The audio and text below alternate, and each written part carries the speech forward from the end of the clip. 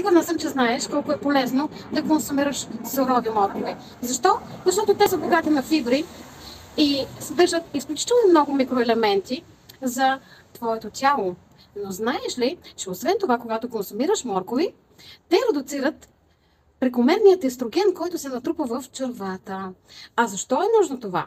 Консумирайки сурови моркови или консумирайки и ферментирали храни, като също така моркови могат да бъдат също ферментирали, да ги направиш ферментирали, ти всъщност намаляваш стреса, който се създава в твоят микробиом. Защо?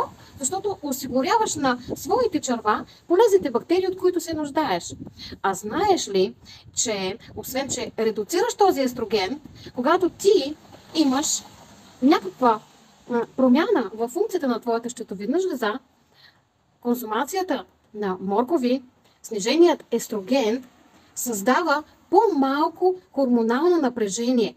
Не забравяй, че в червата си имаш така нареченият втори мозък. А всичко, което трябва да се осъществи, за да поддържаш щитовидната си жлеза в прекрасна, нормална функция, за да се създава всички хормони, които са ти нужни, ти трябва да поддържаш микробиома си чист.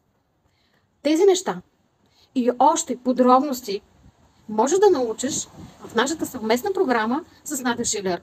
Хормонален баланс чрез хранене и нейрографика.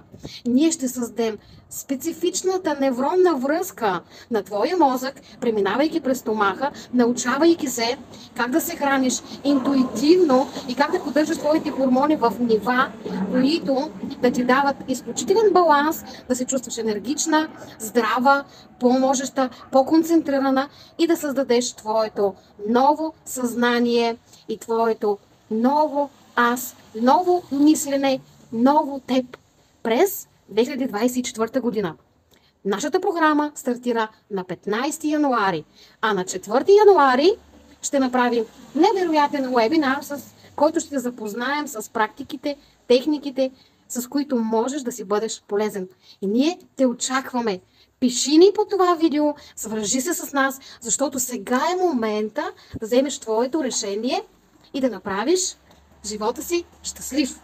Очаквам